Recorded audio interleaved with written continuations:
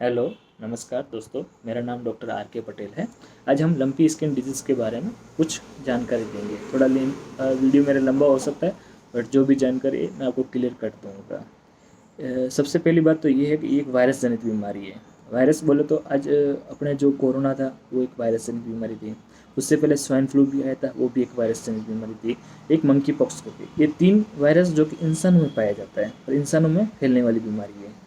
गायों में ये लंपी स्किन डिजीज पाई जाती है। इसके अलावा एक गोट पॉक्स वायरस होता है जो कि बकरियों में पाया जाता है, और एक सिप पॉक्स वायरस होता है जो कि भेड़ों में पाया जाता है। भेड़ वाले और गाय और बकरी, अभी तक बकरियों में कुछ कुछ सिम्टम देखने को मिला है, बाकी भेड़ों में अभी तक कुछ नहीं मिला, और गायों में बहुत ज़्यादा देखने को मिल रहा है। लोगों को अभी कुछ पता भी नहीं क्या करना है क्या नहीं करना है, तो मैं आपको सारी डिटेल बताऊंगा अपने को क्या करना है क्या नहीं करना है। ये बीमारी है जो कि मक्खी मच्छर और जहाँ कूड़ा कचरा होता है ना, उस पे उत्पन्न होने वाले छोटे छोटे जीवों से फैलती है। तो इसके लिए सबसे पहले अपने को रोकथाम करने के लिए क्या करना है कि गाय के उपले होते हैं उसके अंदर थोड़ा गूगल और नीम के पत्ते डाल के उसका धुआं करना है। तो वो क्या है कि धुआं से आजू बाजू का इन्वायरमेंट होगा पूरा, वो एकदम खारापन हो जाएगा, जिससे क्या है मक्खी मच्छर कुछ वहाँ आएंगे नहीं, और हो सके तो वो सारे नष्ट भी हो जाएंगे। फिर आगे इसके लक्षण है। लक्षण सबसे पहले क्या होता है कि सब इंटरनल ये वायरस अटैक करता है। सबसे पहले कोई भी वायरस होता है उसका इफेक्ट होता है सीधा माउथ और नोज से होता है। तो सबसे पहले आंखों में पानी आना, नाक में पानी आना, फिर उसके बाद में भूख कम लगना। पशु जैसे गाय है तो वो धीमे धीमे उसके देखना आंखों में पानी आएगा, नाक में पानी आएगा, फिर उसके बाद में मुंह से लार टपकेगी या खाना पीना सब कुछ कम कर लेगी। फिर धीमे धीमे बुखार, बुखार इसका हाई ग्रेड रहेगा। 105 103 डिग्री के आसपास का बुखार नॉर्मल के मिनिमम इतना रहेगा। और फिर आगे जाते जाते धीमे धीमे पैरों में स्वेलिंग आएगी। हो सका तो दोनों पिछले पैरों में स्वेलिंग होगी, हो सका तो उसके आगे एक पैर में एक पिछले पैर में भी स्वेलिंग आएगी। फिर पूरे शरीर पे स्किन पे गांठें होगी, पहले छोटी छोटी होगी फिर वो धीमे धीमे बड़ी होती जाएगी। ये इसके सारे लक्षण हैं जो कि गाय में पाए जाते हैं।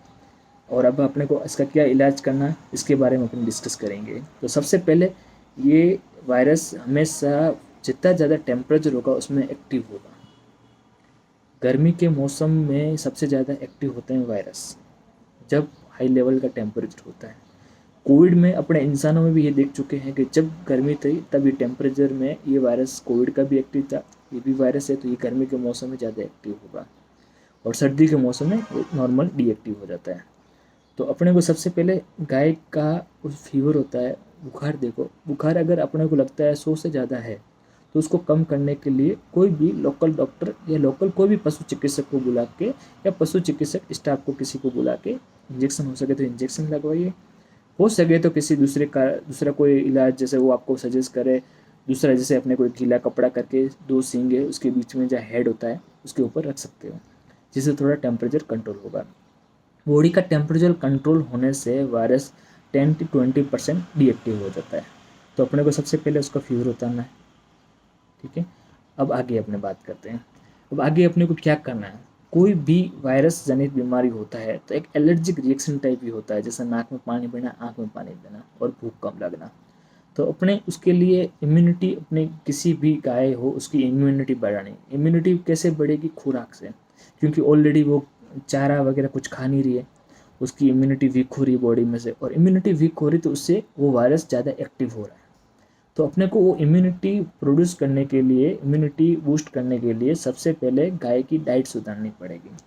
बोले तो उसमें अपने को बाजरी की राब, उसमें थोड़ा सा गुड़ और उसमें थोड़ी हल्दी डाल के एकदम नॉर्मली पतली करके वो इसको पिलाओ, और उसके अलावा हरा चारा खिलाओ।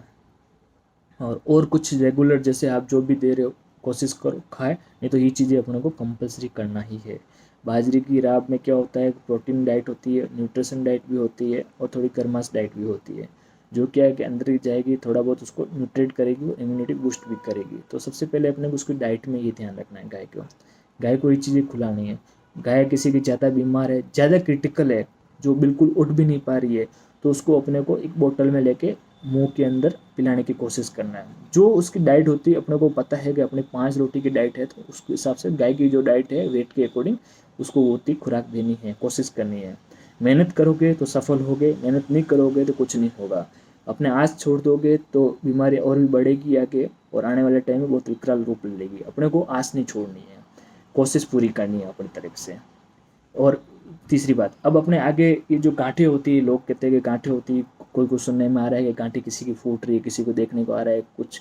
मैंने अभी तक ऐसा कोई केस नहीं देखा है कि गांठें फूटी हो, वहाँ इन्फेक्शन हुआ। हाँ, ये जरूर है कि अगर मक्खी मच्छर ज़्यादा बैठेगी या कहीं गाय पे कहीं कोई भी टच हो गया लोखंड वगैरह, तो वो क्या वहाँ से स्किन फट जाएगी, क्योंकि ऑलरेडी गांठें होती है तो स्किन क्या इसकी टाइट होती है।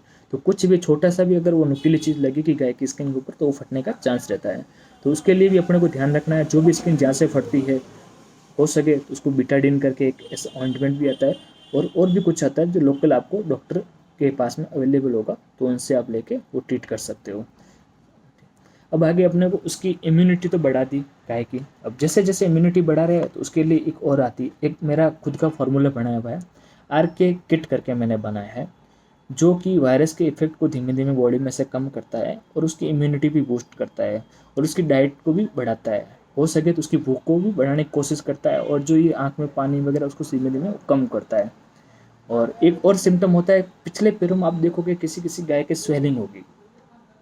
वो स्वेलिंग लोगों के मन में डाउट होता है, बार बार मेरे पास फ़ोन भी आते हैं, बहुत से पेशेंटों के फ़ोन भी आ चुके हैं कि सर कि मेरी गाय अभी तक ठीक है और मेडिसिन किट लेने के बाद बहुत अच्छा रेस्पॉन्स भी मिला है मुझे। सर वो पैरों में स्वेलिंग है, उसमें 50% आराम है, कोई बोलता है 30% आराम है, कोई बोलता है 80% आराम है, कोई बोलता है 90% आराम है।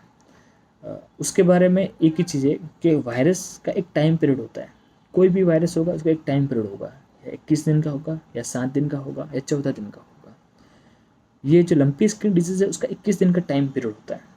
स्वेलिंग इंपॉर्टेंट नहीं है, वो स्वेलिंग वायरस धीमे धीमे ऑटोमेटिक कम होगा बॉडी में से, तो ऑटोमेटिक स्वेलिंग चली जाएगी। बट अपने को सबसे पहले उसकी इम्यूनिटी बढ़ानी है, उसकी खुराक बढ़ानी है, और टाइम पे मेडिसिन चालू करना है। और उसके धीमे धीमे जो भी बुखार है, अगर 100 से ऊपर है तो उसको फीवर कम करना है। अगर बॉडी में से फीवर कंट्रोल रहेगा तो ऑटोमेटिक वायरस 50% रिकवर हो जाएगी, 50% ख़त्म हो जाएगा। आगे अब अपने को एक डिटोल लेना है। डिटोल लेके क्या करना है कि अपने को लग रहा है कि स्किन में कुछ कुछ जगह पे से घाव बन चुके हैं, कहीं कहीं से स्किन फट चुकी है, तो अपने को एंटीसेप्टिक के तौर पे डिटोल यूज करना।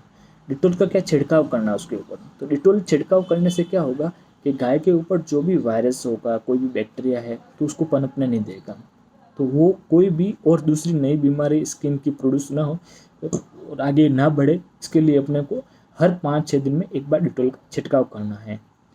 इसके अलावा अपने को जैसे अपने खुद कभी अपना इंसान है तो अपने इंसान कभी कभी बीमार पड़ते हैं तो कुछ खाना खा नहीं पी पाते हैं, तो अपने उसके लिए लिक्विड के तौर पे बोलते हैं कि मल्टीविटामिन लो, वो लो, वो लो।